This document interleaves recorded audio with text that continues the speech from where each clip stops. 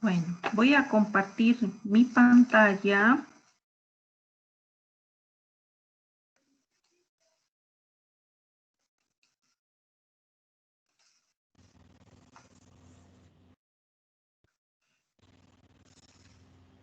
¿Pueden ver la presentación? Sí, profe. Bueno, esta presentación ustedes ya la tienen en su plataforma, en formato PDF, y es el tema referente a los mecanismos epigenéticos, que serían, estas diapos son para los mecanismos epigenéticos que suceden en el núcleo. Ven que habíamos hablado de 4 mecanismos epigenéticos, que eran las modificaciones posttraduccionales en metilación del ADN, el remodelaje de la cromatina por factores de remodelaje ATP dependientes y los RNAs pequeños, los RNAs de interferencia. Y yo les había dicho que los 3 primeros se llevan a cabo a nivel transcripcional, a nivel nuclear. ¿Por qué? Porque van encaminados a si los genes se transcriben o no se transcriben. El cuarto mecanismo epigenético es a nivel traduccional. En ese aspecto, el mecanismo consiste en un mecanismo de inhibición de la expresión genética, pero a nivel de la traducción, o sea, eso ya se hace en el citoplasma. Los genes se pueden expresar, pueden estarse transcribiendo, pero si no se traduce, si el RNA producido en la transcripción no se traduce a la proteína, eso es prácticamente como si no se hubiera expresado, porque el objetivo de transcribir el gen es de que el RNA sea traducido y se sintetice una proteína que va a ejecutar una función, que va a hacer una función. Entonces, si la traducción se inhibe por esos RNAs y ya no hay proceso de traducción, pues la proteína no existe, la proteína no se produce, entonces no hay fenotipo. Por lo tanto, los RNA son un mecanismo epigenético, pero actúa a nivel de traducción.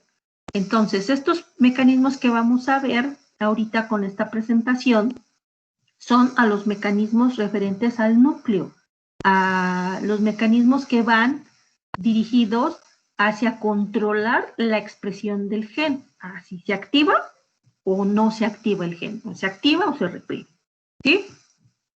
Y de hecho, en todos los artículos que leen sobre epigenética, casi siempre empiezan con el mecanismo de metilación del ADN. Todos los artículos que yo he visto que hablan de mecanismos epigenéticos empiezan explicando la metilación del ADN. Yo empiezo por el mecanismo referente a la modificación posttraduccional en colas de histonas. ¿Por qué razón?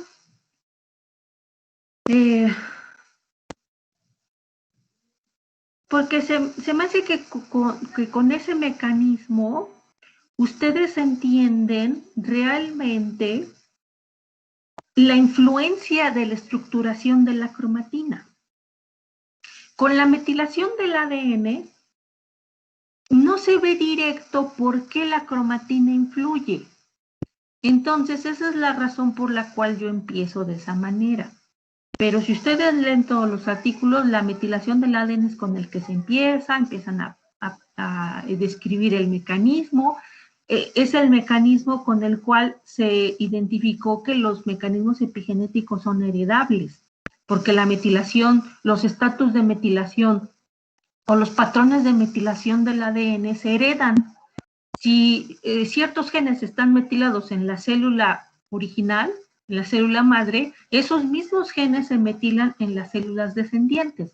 Entonces, ahí se demostró con la metilación del ADN que la herencia epigenética no es una herencia suave, como a veces se le suele llamar, sino también es una herencia que pasa de generación en generación, ¿sí? Entonces, ahí se demostró la cuestión de que la información epigenética sí se hereda. Además de que, pues, es un mecanismo muy general, el DNA está ampliamente metilado, se ha correlacionado mucho con el cáncer, por ejemplo. Entonces, le dan, les decía yo, 50% del DNA se metila en el caso de los humanos. Entonces, es un mecanismo muy general, muy amplio, y del cual se demuestra la herencia epigenética. Entonces, por esas relevancias es que se empieza a explicar eso en la metilación del ADN.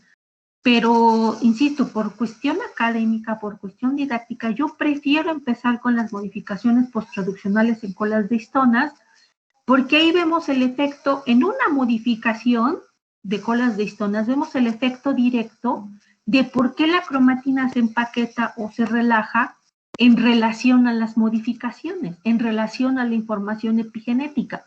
Por eso es que empiezo, y ya entendiendo eso, todas las demás modificaciones de las colas de histonas y del DNA tienen un mismo fundamento, ¿ok?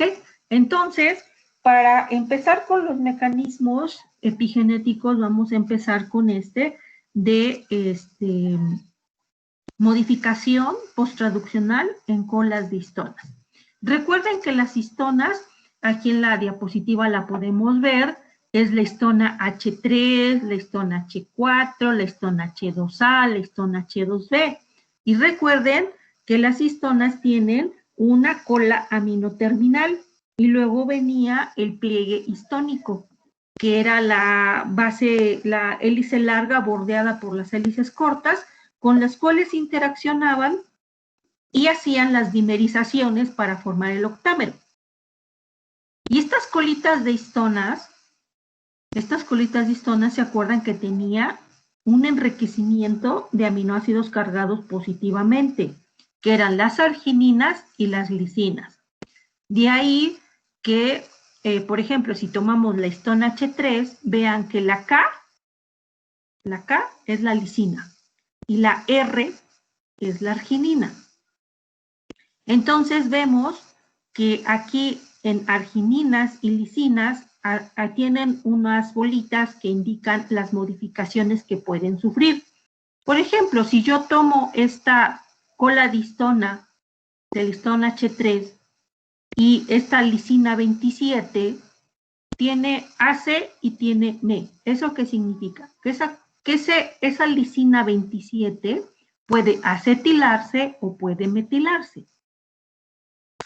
Esta arginina 42 puede metilarse.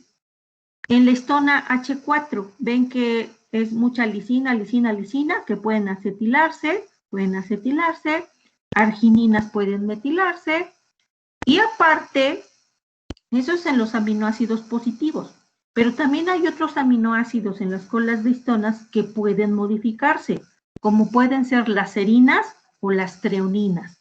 Aquí, por ejemplo, tenemos serina 1 de histona H4, se puede fosforilar. Por ejemplo, también tenemos serina 14 de histona H2B, se puede fosforilar. Aquí vemos una treonina 3 de histona H3 que se puede fosforilar.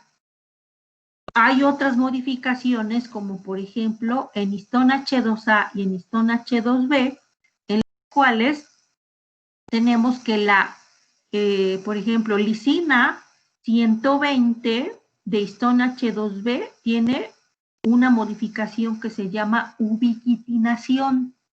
Es la incorporación de la ubiquitina. También la lisina 110 de la histona H2A puede sufrir el proceso de ubiquitinación. Entonces, aquí por lo menos estamos viendo 4 modificaciones en colas de histonas en los aminoácidos lisina, arginina, serina y treonina. Esas modificaciones pueden ser acetilación, metilación, fosforilación y ubiquitinación. Hay más modificaciones, pero vamos a ver nada más esas 4. Entendiendo el fundamento de esas 4, todas las demás también trabajan de la misma manera. Pero bueno, entonces vamos a ver cómo sucede esta modificación, cómo se lleva a cabo y qué efecto tienen esas modificaciones en la estructura de la cromatina y el control transcripcional. ¿Sí? Entonces, como les mencionaba, pues en la cromatina la unidad fundamental es el nucleosoma y el nucleosoma tiene 8 histonas, 2H2A, 2H2B, 2H3 y 2H4. Y cada una tiene sus colitas, cada histona, las 8 histonas tienen sus colas de histonas aminoterminales y tienen estos aminoácidos susceptibles a las modificaciones. Lisinas, argininas, serinas y trioninas. Y estos aminoácidos que están en las colas terminales, pues son sujetos de la acción enzimática. Enzimas que se encargan de incorporar las modificaciones en las colas de histonas.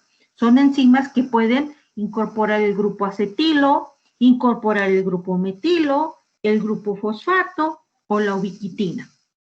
Entonces hay enzimas que adicionan el grupo funcional. Son las que, digámosle, se ha manejado esta terminología haciendo como una analogía. Son enzimas que escriben las etiquetas epigenéticas. ¿Sí? Son las que incorporan a estos aminoácidos estas marcas epigenéticas y se les ha nombrado como enzimas escritoras. Estas enzimas escritoras, pues entonces en cada nucleosoma estarán escribiendo las etiquetas epigenéticas. En cada cola de histona y en cada nucleosoma, a lo largo de toda una fibra o a lo largo de toda una sección cromosómica, pueden estar escribiendo estas etiquetas epigenéticas. No es que nada más sea en un solo nucleosoma, sino que a lo largo de largos segmentos de cromatina, estas etiquetas se pueden estar escribiendo. Por ejemplo, si un gen se necesita transcribir, pues se necesita etiquetar epigenéticamente toda esa sección de cromatina que comprende ese gen, toda esa longitud de ese gen. Que si se necesita acetilación, metilación, fosforilación, bueno, se tienen que escribir esas etiquetas epigenéticas para dejar esa información que tiene que ser entonces, si alguien le escribe, ¿qué esperarían ustedes? Si hay una información escrita, ¿qué debe de haber entonces por consecuencia? ¿Qué otras cosas, qué otras actividades se hacen con algo que se escribe? ¿Qué más se puede hacer?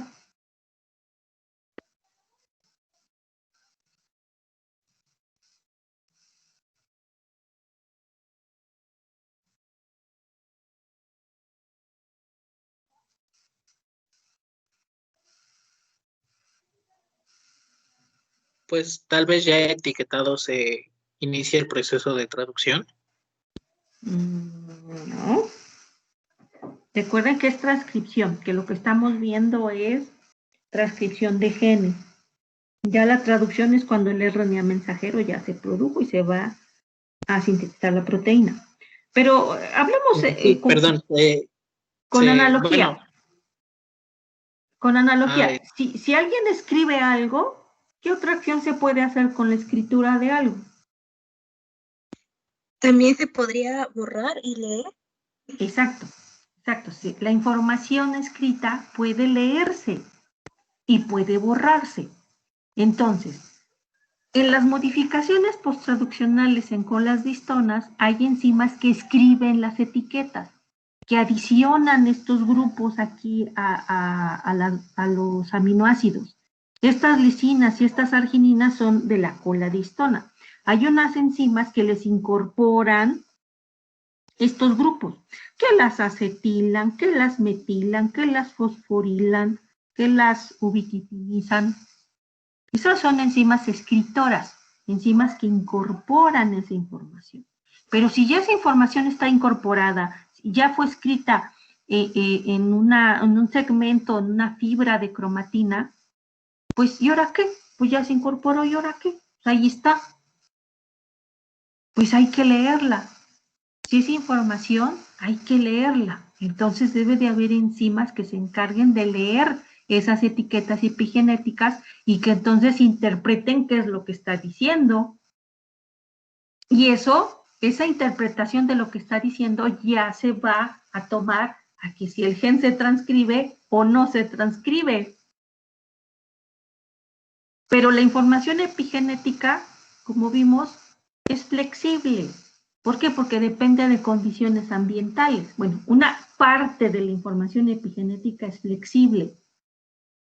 Entonces, así como se escribió, también se puede borrar.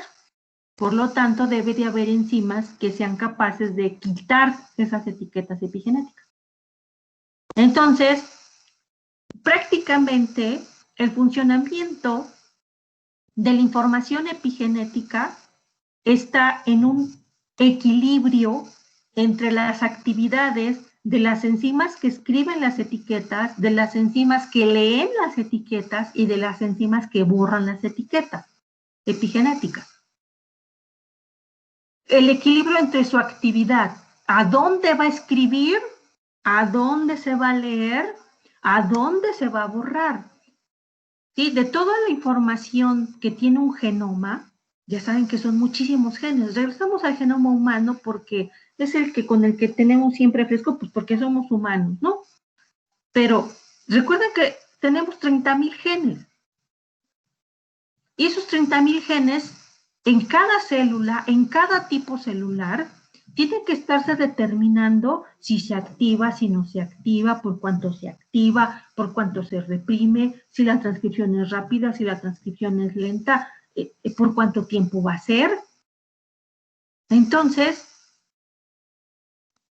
en cada uno de esos genes debe de haber información epigenética escrita, pero aparte de que alguien escribe esa información, una enzima escribe esa información, debe de haber otra capaz de leerla y de interpretar esa información y entonces vincular hacia que esa activación, es represión, es por cuánto tiempo, es rápido, etcétera, etcétera.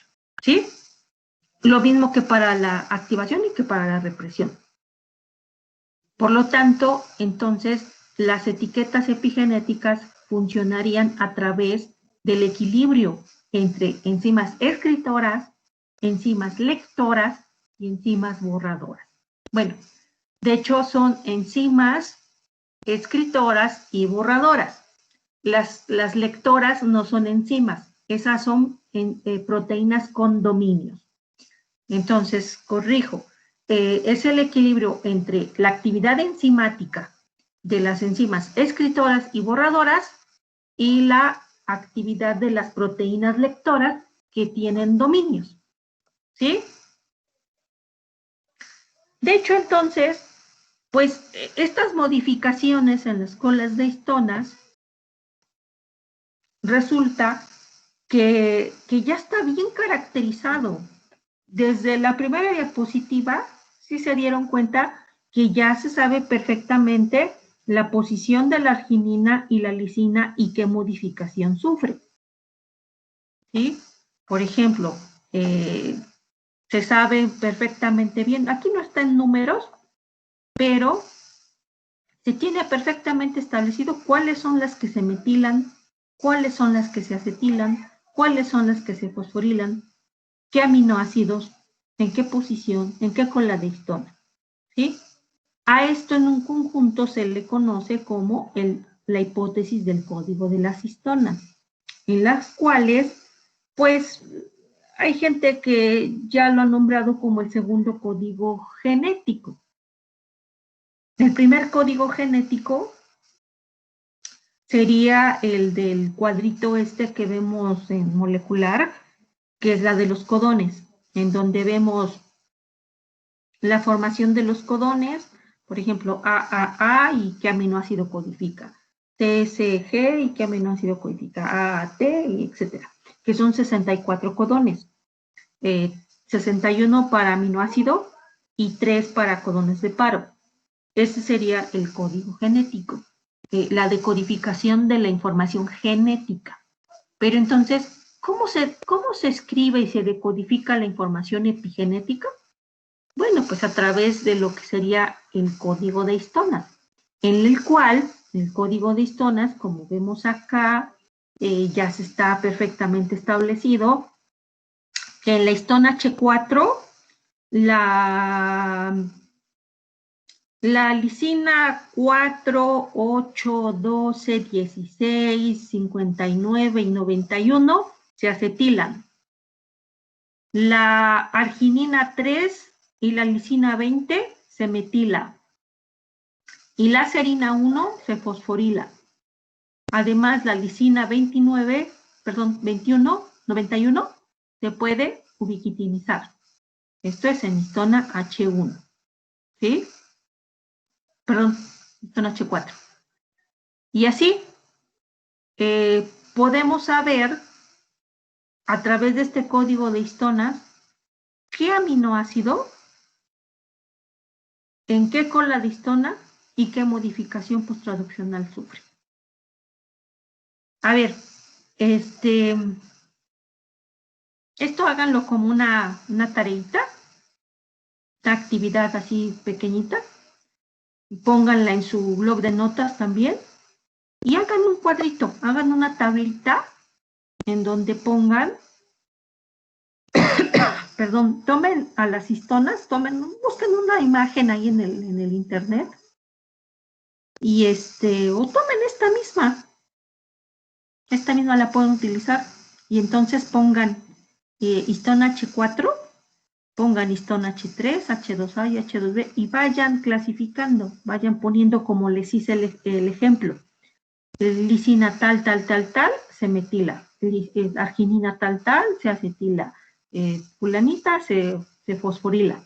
Entonces, hagan lo mismo para las otras colas de histonas. Y entonces, después vemos a qué conclusiones llegan. Cuáles son las que se acetilan, si ven una tendencia, si hay modificaciones específicas, si no, etcétera. ¿Sale? Eso para la siguiente clase. Bueno.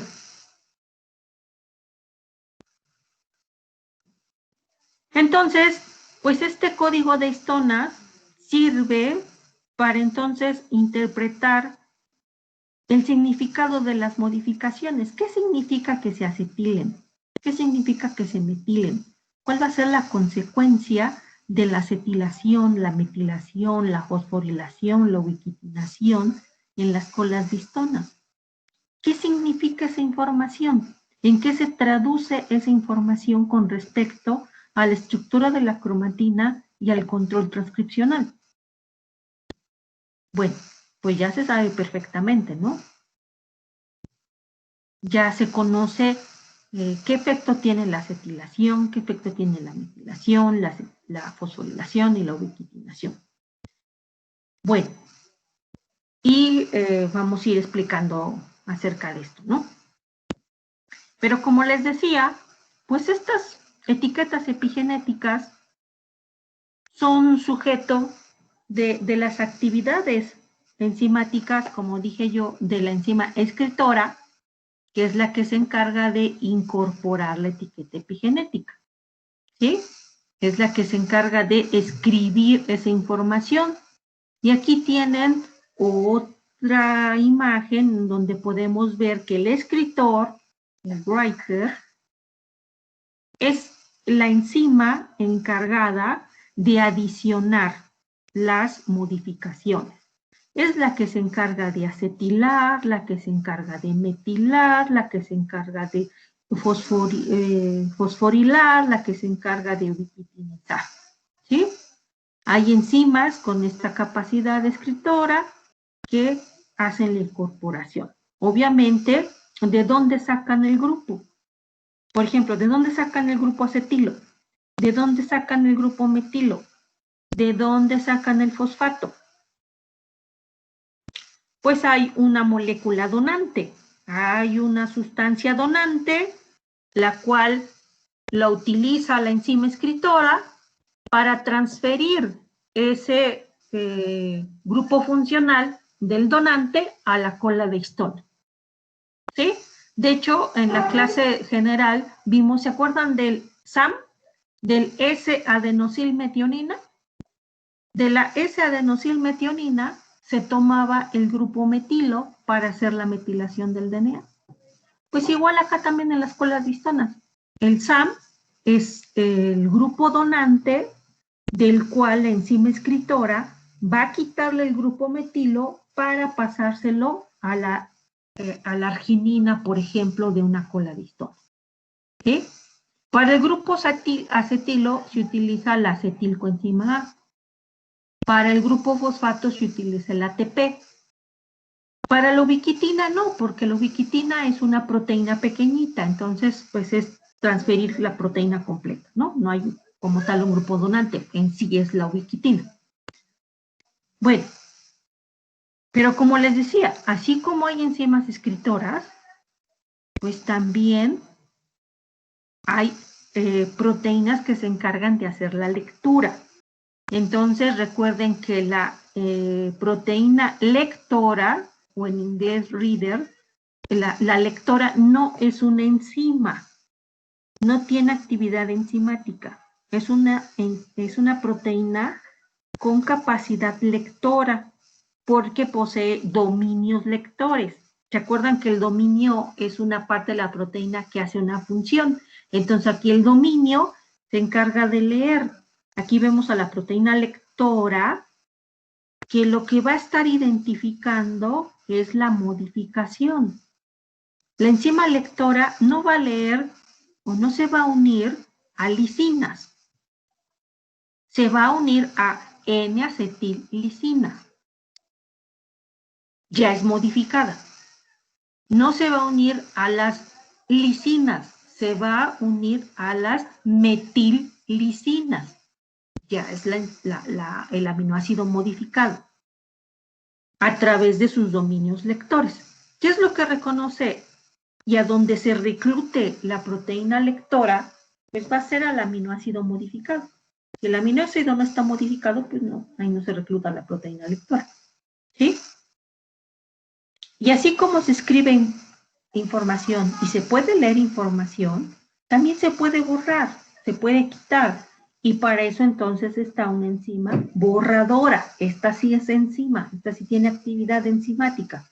Entonces lo que hace es quitar el grupo acetilo, por ejemplo.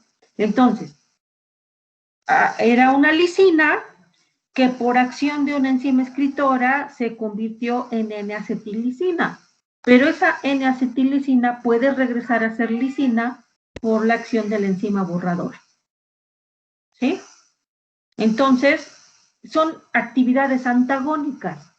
La escritora y la borradora tienen actividades antagónicas, pero ambas se necesitan, porque se necesita escribir y borrar información. Las dos actividades son necesarias para poder hacer estas modificaciones en las histonas y se vea expresado en la estructura de la cromatina y en el control transcripcional. Aquí vemos la enzima borradora, que es una enzima que remueve las modificaciones en las colas de histonas. ¿Sí? Entonces, como conclusión, la enzima escritora es la que adiciona las modificaciones a las colas de histona. La proteína lectora se encarga de leer la información de las etiquetas epigenéticas en las colas de histonas. Y la borradora es la enzima que remueve las modificaciones en colas de histona. ¿Sí? ¿Vamos bien hasta ahí? Sí, profa. Sí, profa. Pues entonces vamos a empezar con la primera modificación, que es la acetilación. Y la acetilación en colas de histonas pues es la modificación realizada que tiene un efecto directo sobre la estructura de la cromatina. Y ahorita vamos a ver por qué. Recuerden que la cromatina está en fibras de 30 nanómetros, ¿no? Que es los solenoides y que son 5 nucleosomas o 6 nucleosomas por vuelta, y que entonces aquí en este solenoide, aquí está la histona H1, ¿verdad? Aquí está incorporada la histona H1, es una fibra muy estable. Y ¿por qué es muy estable? La razón, recuerdan, que era porque las colas de histonas son positivas, tienen cargas positivas porque las lisinas y las argininas son aminoácidos cargados positivamente y el DNA es cargado negativamente. El esqueleto azúcar-fosfato del DNA, los fosfatos tienen carga negativa. Entonces, DNA negativo, histona positiva, atracción electrostática, y entonces hay una interacción muy fuerte. Y esa interacción incluso no es a nivel nada más del nucleosoma, solito, sino como el nucleosoma está junto a otro y a otro y a otro y a otro, todas estas flechitas negras que ven está indicando que hay atracción electrostática entre los nucleosomas de la fibra. Y aparte la histona H1, que también tiene aminoácidos cargados positivo, pues también funciona de pegamento entre un nucleosoma y otro para estabilizar esta fibra. Y esta fibra, pues es realmente inaccesible a la transcripción. Recuerden que cada nucleosoma tiene 146 pares de bases de DNA enrollado y las regiones de regulación son de 6 pares de bases. Las más grandes, 15 pares de bases. Entonces, ¿cómo una proteína reguladora de esas que se unen al DNA, de esos que tienen dominio de unión al DNA, va a poder acceder a su secuencia de regulación, a su elemento en sí, si esto está tan empaquetado, si esto está tan fuertemente empaquetado y no puede acceder? Entonces, esta fibra tiene que desenrollarse, tiene que relajarse para que pueda tener el libre acceso a sus secuencias de regulación. ¿Cómo se hace eso entonces? En primera, habría que quitar a la histona H1, ¿no? Porque la histona H1 es el pegamento entre un nucleosoma a otro. Quitando histona H1, esto ya se relaja un poco. Es mucho se relaja, de hecho. Pero también habría que neutralizar esa interacción electrostática, ¿no? Esa sería la forma más fácil.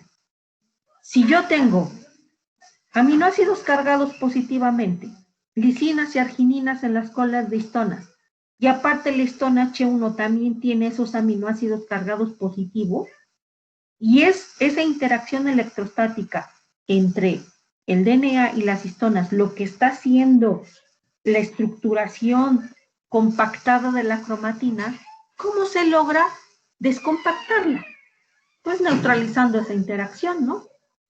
¿Y cómo se va a hacer eso?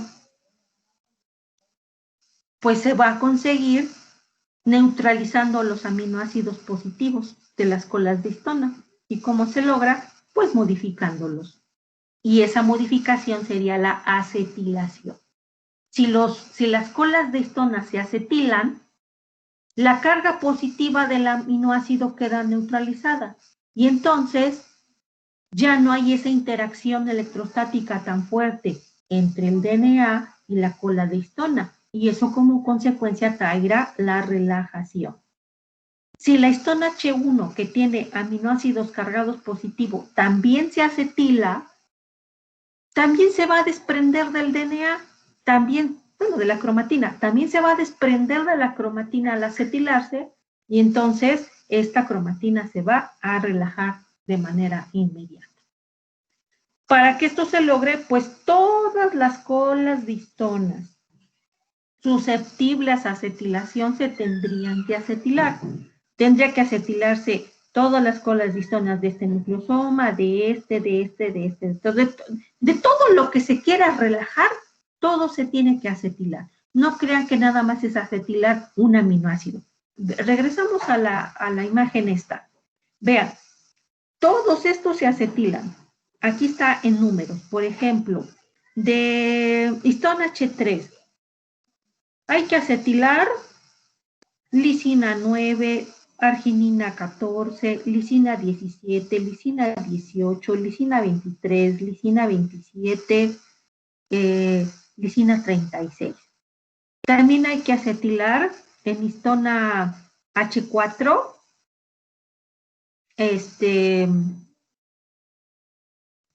lisina 8, 12, 17, 20, ¿sí? Se tienen que acetilar. En la H2B se tienen que acetilar lisina 5, 12, 15, 20. Y en histona H2, este es H2B, en H2A se tiene que acetilar la 5, la 3, nada más, ¿sí? Entonces, acetilar no nada más es que es un solo aminoácido, hay que acetilar todo lo acetilable. Y no solo un nucleosoma, sino toda una región extensa que corresponda, por ejemplo, a toda la extensión del gen que se va a transcribir. ¿Por qué? Porque hay que relajar toda esa cromatina para que no solo las proteínas reguladoras puedan acceder a su secuencia, sino para que la RNA polimerasa pueda transcribir. Porque se imaginan, si esto fuera una sección correspondiente a exón y a intrón, que es la región río abajo, ¿creen que la RNA polimerasa va a poder transcribir esto? Esto es un impedimento físico. La RNA polimerasa no puede avanzar y transcribir sobre una fibra de cromatina altamente empaquetada. Necesita que esté relajada para que pueda pasar sobre estos nucleosomas y hacer el proceso de transcripción. Entonces se requiere tanto para el reclutamiento de las maquinarias basales, de los activadores y de todo lo demás, así como para en sí el proceso de transcripción. ¿Ok? Entonces, ¿cómo pasamos de una cromatina? Vean, cromatina con aminos terminales, con colas aminos terminales cargadas positivas.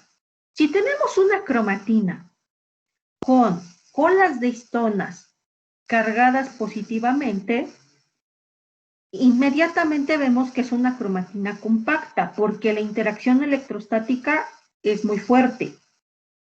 Todos los aminoácidos de colas de histonas cargados positivo, el DNA negativo, polos opuestos se atraen, interacción fuerte, histona H1 unida, y ahí tenemos cromatina compacta.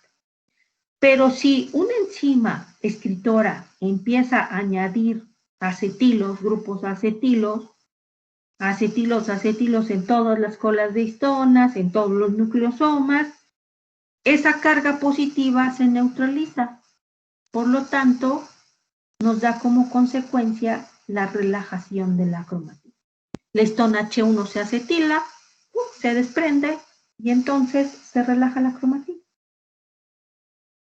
Aquí ya encontramos una relación inmediata y directa. La acetilación es para la relajación de la cromatina. ¿Y qué traía como consecuencia la relajación? La activación transcripcional. Entonces, si un gen se necesita transcribir, se necesita que su cromatina esté acetilada. Y como son tantos los acetilos que se tienen que incorporar, entonces se le dice que está hiperacetilado. O sea, para transcribir se necesita hiperacetilación de colas de histonas. ¿Sí? Este es el efecto. Vean, este es un nucleosoma nada más a nivel de un solo nucleosoma. Aquí se ve una secuencia de regulación, que es una secuencia, un elemento en cis.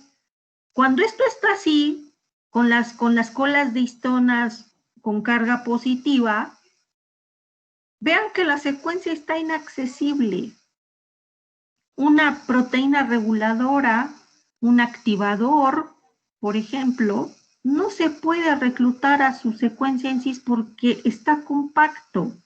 Hay una interacción electrostática muy fuerte. Estas colitas de histonas, hagan de cuenta que está abrazando al DNA, está como sujetando al DNA.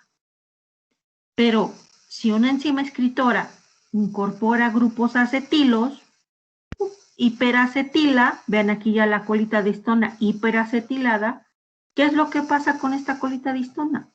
Deja de interaccionar con el DNA y entonces hace que ese enrollamiento en el DNA se flexibilice, se haga más relajado, más suelto, más libre.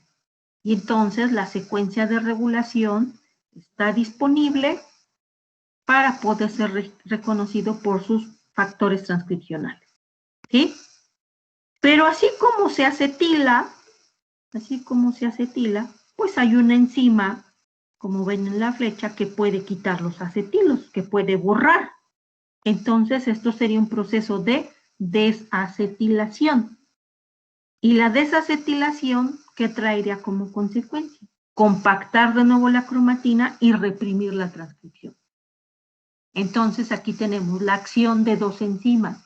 Una enzima que acetila, que favorece la relajación de la cromatina y la activación transcripcional. Y otra enzima que borra esas acetilaciones, que quita las acetilaciones, hace una desacetilación, y entonces eso trae como consecuencia la restauración de la carga positiva de la cola de histona, de las colas de histonas, y la interacción electrostática nuevamente se da, favoreciendo la compactación de la cromatina y la represión transcripcional. Entonces, acetilar, hiperacetilar para activar, desacetilar para reprimir. ¿Quiénes son esas enzimas entonces? ¿Cómo se llaman? Tienen un nombre. La enzima escritora, la que acetila, se llama HAT, que se lee, bueno, es en inglés, ¿no? Es la abreviatura en inglés, pero pues en español es la acetiltransferasa de histona. Acetiltransferasa. Ahí está el nombre. ¿Qué es lo que está haciendo? Pues transfiriendo un grupo acetilo. Pues se llama acetiltransferasa. ¿Y a quién le está transfiriendo el acetilo? Pues a las histonas. Por eso es la acetiltransferasa de histonas. Y aquí está nombrado a todos los que acetilan. De hecho, esto es una nomenclatura que se tienen que aprender, que tienen que saber a qué se refiere, porque así van a encontrar los artículos. Entonces, para hacer la nomenclatura se pone el nombre de la histona, por ejemplo, H2A, luego el aminoácido, por ejemplo, una lisina, en qué posición está, que en este caso es el grupo, en la posición 5, y como un subíndice se pone la modificación, que en este caso AC es acetilación. ME, por ejemplo, es metilación. Una P es fosforilación. Una V es ubiquitinación. Entonces, cuando uno vea esto, pues ya interpreta uno, es que si yo digo, por ejemplo, H3K16AC, significa que la lisina 16 del histona H3 está acetilada. ¿Sí? Entonces, la enzima HAT, la acetiltransferasa de histonas, es la enzima escritora, la que toma el grupo acetilo de la acetilcoenzima A y lo transfiere a los aminoácidos de colas de histonas. ¿sí? Entonces tenemos que estas enzimas HAT toman el grupo acetilo de un grupo donante que es la acetilcoenzima A. Cuando acetilan, entonces en el caso de la lisina, ya no va a ser lisina, ya va a ser acetilicina, pero por cuestiones de nomenclatura es la epsilon N-acetillicina. Vamos a dejarla así, acetilicina. Es una acetillicina, N-acetillicina. Para que esta N-acetillicina es el sujeto de la acción de la enzima lectora. La enzima lectora no va a reconocer a las lisinas. La enzima lectora va a reconocer a las N-acetilicinas. ¿Ok? Ya ese ya sería la modificación postproduccional. ¿Sí? Ah, antes de pasar esto. ¿Qué se acuerdan del acetilcoenzima? ¿A dónde lo encontramos?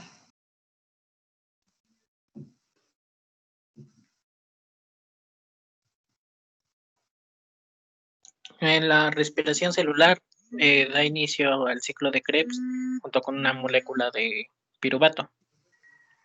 De hecho, el piruvato se transforma en acetilcoenzima A y ya la acetilcoenzima A entra al ciclo de Krebs y se une al oxalocetato para producir el citrato. Pero sí, ciertamente es un metabolito esencial. Si tomáramos todas las rutas catabólicas de la glicólisis, que sería de la glucosa, carbohidratos, proteínas o lípidos, todos convergen a la producción de la acetilcoenzima A. ¿Y de dónde obtenemos todo eso? Pues de lo que comemos, ¿no? Entonces aquí está la vinculación que tanto decimos que la epigenética y que la dieta y que lo que comemos y que no sé qué. Pues porque a través de nuestro metabolismo y del catabolismo, de la degradación oxidativa del azúcar, de las proteínas y de los lípidos, empiezan a degradar en sus rutas de catabolismo y todas van a converger hacia la producción de la acetilcoenzima A. Y esa acetilcoenzima A ya entra al ciclo de Krebs. Y del ciclo de Krebs salen todos los electrones que van a ser utilizados en la cadena transportadora de electrones para producir el gradiente protón o la fuerza protón motriz para ser utilizado por la ATP sintasa, que es la que ya se va a encargar de juntar al ADP y el pirofosfato y obtener ATP. Y el ATP, pues lo utilizamos para todo. Si no hay ATP, pues ninguna actividad celular se realiza. Virtualmente ninguna actividad celular se realiza. Entonces, dependiendo de cómo nuestra dieta, va a haber una cantidad de acetilcoenzimas. Si yo tengo una dieta desequilibrada, pues va a haber un desbalance entre la producción de agentes transportadores de electrones como son el NAT y el FAT, que van a afectar la función de estas enzimas. ¿Qué concentración voy a tener de acetilcoenzima A? El metabolismo funciona como una especie de como de flujos de información, ¿no? La cantidad de estos productos se puede estancar y puede haber una gran producción de eso o puede irse disminuyendo la cantidad en relación a las cantidades que nosotros estemos teniendo de alimento y al tipo de alimento también. ¿Sí? Entonces, si la actividad de la HAT depende directamente de la acetilcoenzima A, Entonces ahí estamos viendo la relación directa de nuestra dieta con una enzima que escribe etiquetas epigenéticas. En el caso de la que los borra, en el caso de la enzima que hace el borrado de las etiquetas de estas acetilaciones, de la que hace desacetilación. Y acuerden, desacetilar significa represión transcripcional. La actividad de estas enzimas borradoras, que son las HDACs, que significa deacetilasa de histona, está regulada por la cantidad de NAT oxidado y NAT reducido. Y todos esos NATs son transportadores electrónicos también del metabolismo. En la glicólisis, en el ciclo de Krebs, salen muchos NATs, son los que transportan los electrones en el proceso de oxidorreducción de los azúcares o del ciclo de Krebs. ¿Sí? Entonces se dan cuenta que la actividad de estas enzimas, pues sí está relacionada con el metabolismo. ¿Sí? Esta es una fotito que a mí, y una esquemita que a mí me gusta mucho, porque es muy gráfico y realmente nos da idea de lo que está sucediendo. Este es un nucleosoma y tiene una histona H1 aquí pegada. Y vean cómo están las colitas de histonas. Las colitas de histonas con cargas positivas, vean cómo interaccionan con el DNA. La histona es cargada positiva, el DNA cargado negativo. Entonces, la colita de histona es como si estuviera abrazando el DNA, como si lo estuviera sujetando. Y esto, piénsenlo en todo el solenoide, que en toda esta fibra, aquí, así están las colitas de histona, están sujetando el DNA. Eso favorece la compactación, favorece el que la cromatina esté empaquetada. Y como hay interacción entre un nucleosoma vecino y otro, pues eso estabiliza mucho la cromatina, la compactación de la misma. Y aparte la histona H1, que también tiene cargas positivas, pues hace la estabilización entre un nucleosoma y otro. Pero ¿qué pasa si todo esto se acetila? Si esta enzima HAT, la acetiltransferasa de histona, toma la acetilcoenzima A y le empieza a transferir acetilos a todas estas colitas de histonas. Vean cómo la colita de histona se suelta porque ya no tiene carga positiva. Y las vueltas de DNA que estaban así bien sujetas, ahora se desenrollan un poquito. Y vean estas ondas de DNA, porque esto provocó un desenrollamiento. No es que la histona se libere, no es que el DNA quede completamente libre, sino que favorece un desenrollamiento. ¿Y ustedes creen que aquí quepa una secuencia de regulación en estas asitas que se ven acá? Pues si son 146 pares de bases de DNA enrollado, entonces muy fácilmente en estas asitas que se ven aquí, en estas más relajadas, puede caber perfectamente una secuencia de regulación, un elemento en cis. ¿Y qué es más fácil? Reconocer en la cromatina no acetilada que en la cromatina acetilada. Que en la cromatina que ya se relajó. Pues es evidente que aquí es más fácil el reconocimiento. Aquí es más fácil que las proteínas activadoras puedan reconocer sus elementos de regulación, pegarse y activar la expresión genética. ¿Sí? Además, la histona H1 también tiene cargas positivas que se pueden acetilar, aminoácidos con cargas positivas que se pueden acetilar y que favorecerían el desprendimiento de la histona H1 para favorecer un relajamiento directo, ¿no? Entonces, la acetilación de manera directa sí está favoreciendo el desempaquetamiento de la cromatina. Eso es relevante. Las otras modificaciones no. Sí tienen influencia sobre la activación, sobre la represión, pero que una arginina se metile, no va a provocar este efecto como lo hace la acetilación. Entonces la acetilación, la hiperacetilación, inmediatamente provoca una relajación de la cromatina, ¿sí? Así como la desacetilación provocaría la compactación de la misma. Bueno, entonces aquí la cola de histona ya se acetiló, las colas de histona ya están acetiladas, ya son N-acetilicinas. Entonces, ¿quién va a interpretar esta información? Bueno, ya está relajada. ¿Y ahora qué? ¿Qué va a pasar? Ya están las N-acetilicinas, ya se relajó, ¿y ahora qué pasa?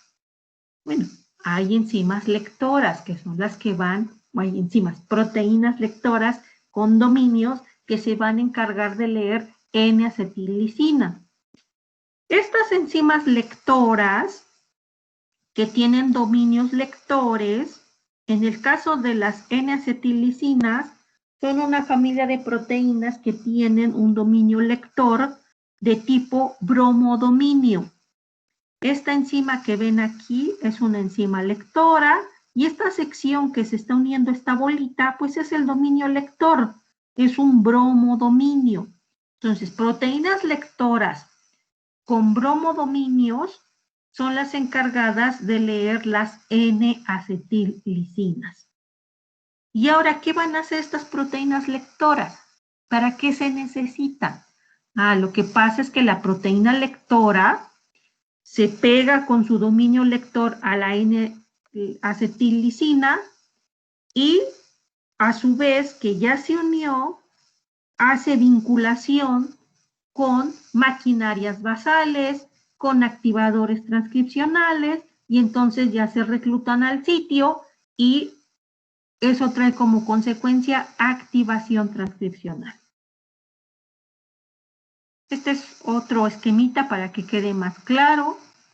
Aquí tenemos, este es un nucleosoma que no está modificado, y aquí tenemos las cargas positivas expuestas, interaccionando con el DNA, la cola de histona, la enzima HAT, acetiltransferasa de histona, incorpora los acetilos, acetila las colas de histonas, y esas colas de histonas pues se desprenden, ¿no? Ya no están ahí interaccionando con el DNA. El nucleosoma no es que se deshaga, simple y sencillamente la compactación se relaja y posteriormente se reclutan estas proteínas lectoras con bromodominios que se unen a las N-acetilicinas. Vean, aquí están proteínas lectoras con bromodominios que se unen con su dominio lector y con otros dominios podrán hacer interacción con las maquinarias basales, podrán hacer interacción con las proteínas activadoras, etc.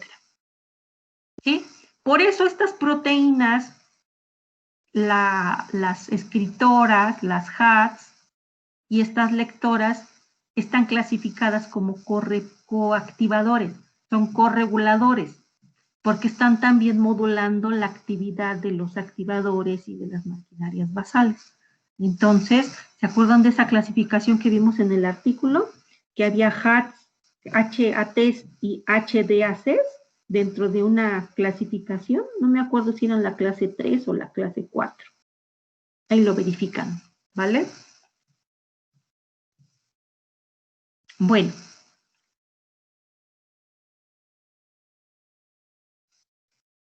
Ahora, para completar esto, entonces tenemos a la enzima borradora. Esta enzima borradora es la enzima de acetilasa de histona, que es abreviada en inglés HDAC, porque es una deacetilasa de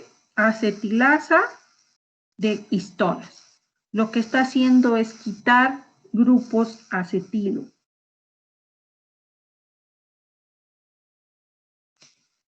Y al quitar los grupos acetilo, entonces está borrando esa información, quitando esa información. Tenemos una cromatina descondensada, una cromatina que está relajada. ¿Por la acción de quién? Por la acción de la enzima escritora, que es la HAT. Esta enzima escritora acetiló, hiperacetiló y entonces la cromatina se descompactó. Pero esta cromatina puede ser sujeto de la actividad de la HDAC. La desacetila, la carga positiva se restaura, la histona H1 también se desacetila y se une a la cromatina para formar la cromatina condensada, la cual ya no se expresa. Y este circuito entre acetilación, desacetilación, estaría dando el equilibrio entre genes que se expresan y genes que no se expresan.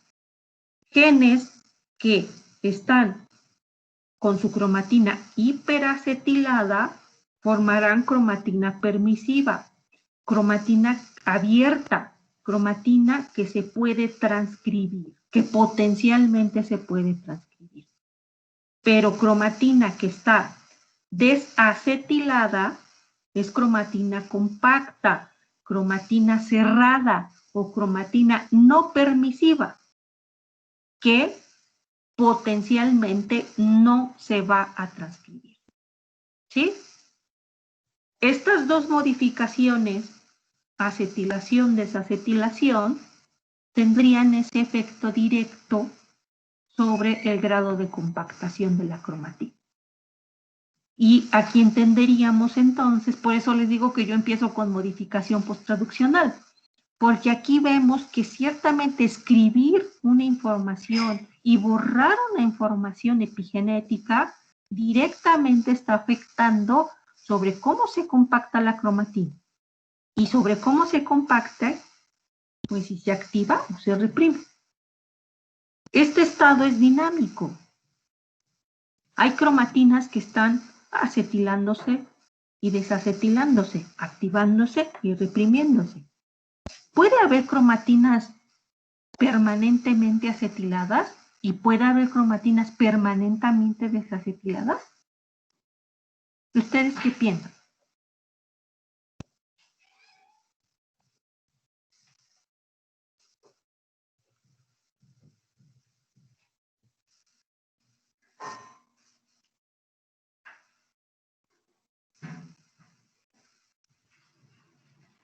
Pues tal vez sí haya unas zonas que siempre estén acetiladas y desacetiladas.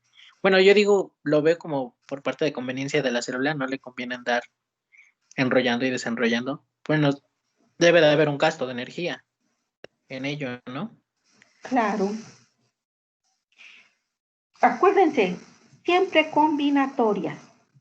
Entonces, hay cromatinas que están fluctuando así, entre que se hiperacetilan o se desacetilan, y eso va a depender de qué genes estén ahí en esa cromatina, ¿no?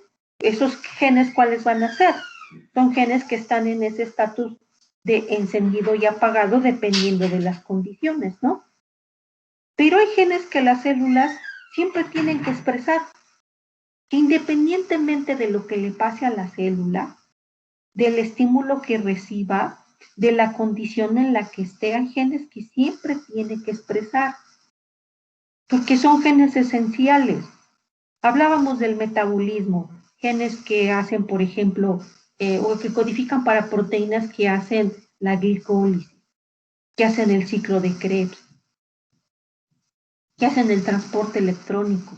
Ese cualquier tipo de célula, en cualquier condición, bajo cualquier situación, esos genes siempre se tienen que expresar. Entonces, esos genes en su esos genes que están empaquetados en cromatina, pues siempre tienen que estar activos, siempre se tienen que estar expresándose. Es más, se ha encontrado que las regiones promotoras de esos genes son libres de nucleosomas. No tienen nucleosomas. ¿Para qué? Pues para que siempre estén accesibles las secuencias de regulación y se estén expresando todo el tiempo. Pero la región codificante seguramente tendrá nucleosomas y tienen que estar relajado, en estado relajado. ¿Por qué? Porque son genes con transcripción constante, permanente y que siempre tienen que estar activos. Entonces esos serán permanentemente en cromatina abierta. Pero hay genes que la célula ya necesita apagar porque ya no los necesita. Ya alcanzó su máximo grado de diferenciación celular y hay genes que ya no necesita expresar, porque no son necesarios para su morfología ni para su función. Entonces los tiene que mantener en cromatina cerrada, en cromatina no permisiva o compacta. Entonces esos genes, esas regiones cromosómicas que ya no se van a expresar en la célula ya diferenciada, pues su cromatina tiene que estar desacetilada permanentemente. Entonces, combinatorias. Hay cromatinas hiperacetiladas constantemente, permanentemente, cromatinas hipoacetiladas permanentemente, y cromatinas que están fluctuando entre estos estados, hiperacetilado e hipoacetilado. ¿Sí?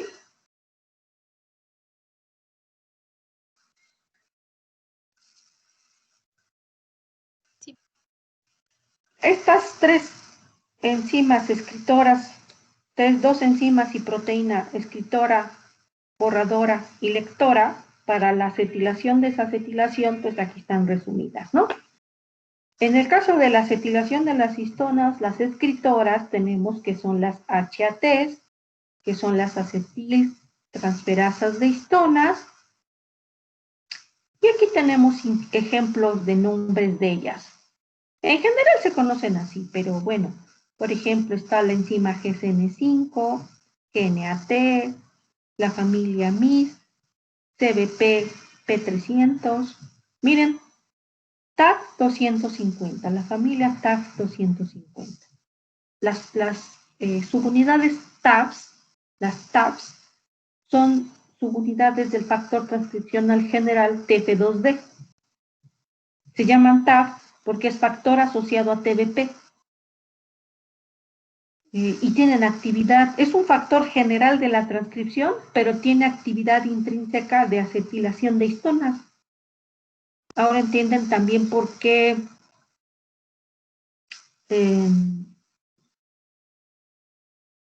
es clasificada también como un correpresor.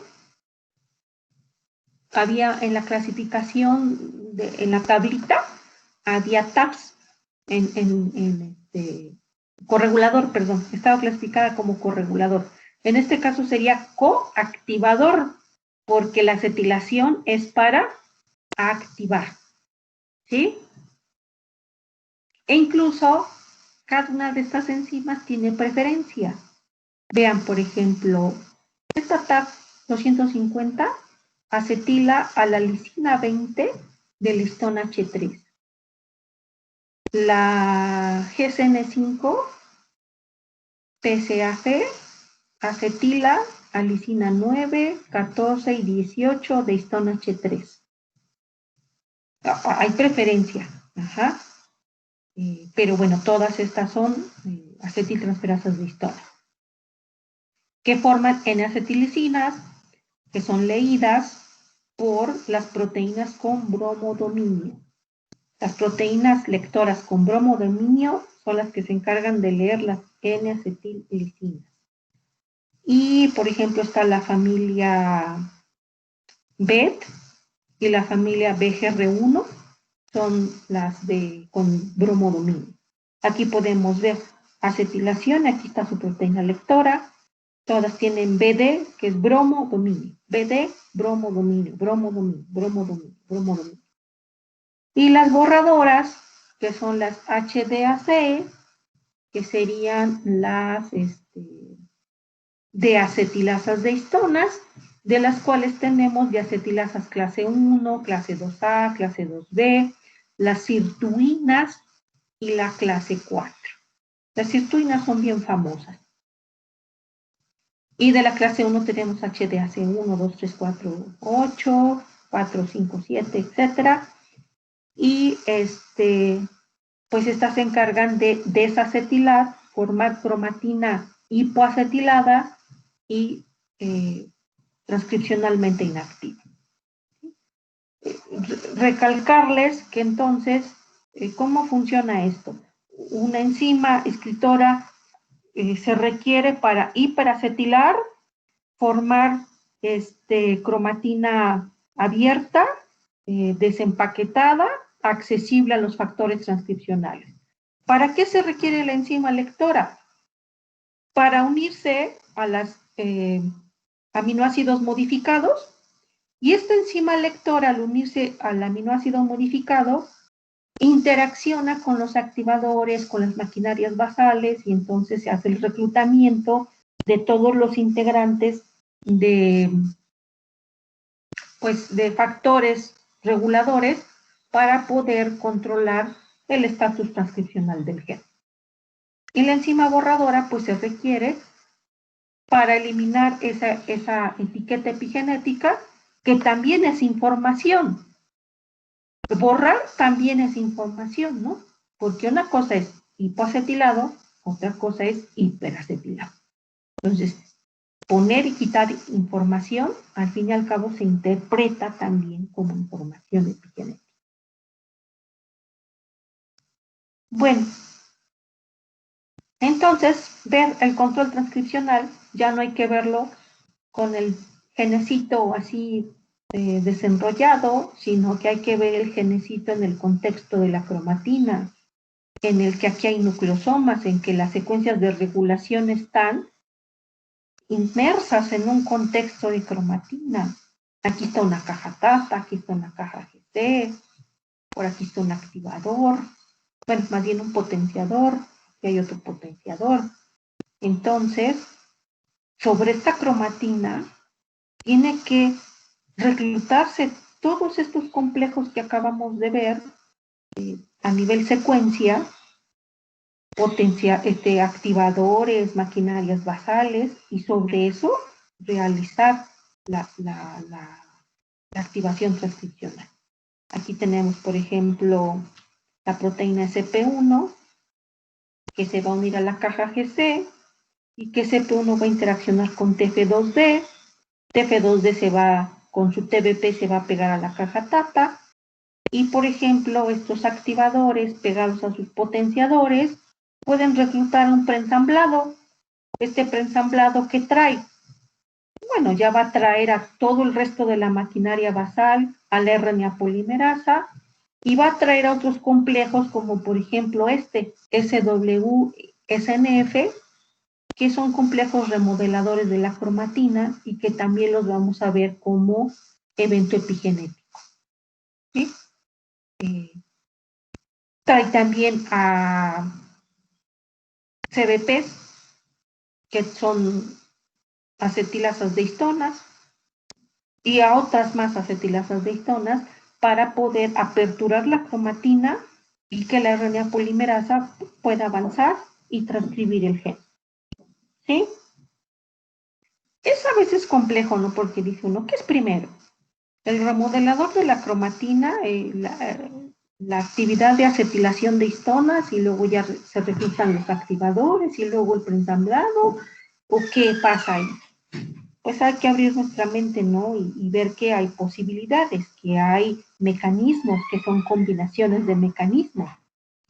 Por ejemplo, hay activadores de estos que se pegan al DNA que tienen actividad de acetilasa de histona. O sea que parte de su función activadora es porque acetilan histonas. Entonces, aperturan la cromatina de manera local, favorecen el reclutamiento de las maquinarias basales, y por eso es que inicia la transcripción. Ya después se reclutan más acetiltransferasas de histonas, hiperacetilan de manera extensiva, y entonces ya la transcripción potencial. ¿Sí? Bueno, eso es referente a la acetilación, desacetilación. Y nada más vamos a ver esa modificación, porque esa es de la que más se conoce. Entendiendo esta, todas las demás ya es súper fácil. Pero en todas, escritor, borrador y lector. ¿Alguna duda?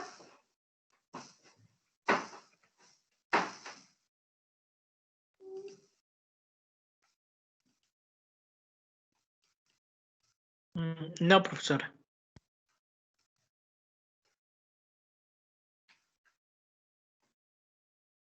¿Todo muy claro?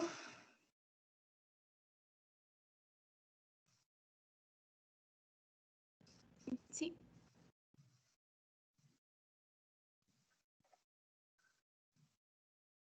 Sí. Bueno, para la siguiente clase vamos a ver las otras modificaciones: metilación, fosforilación, niquitinación, y les dejo esa tarea. Les dejo que hagan esa tablita, que vayan colocando qué aminoácido, qué histona, qué modificación sufre, y que vayan viendo así como tendencias, como que en dónde se realizan, detalles que ustedes puedan ir deduciendo, y lo comentamos mañana. ¿Sale? Esa tablita pónganla en su sección del blog de notas de tareas. Yo voy revisando, ¿vale?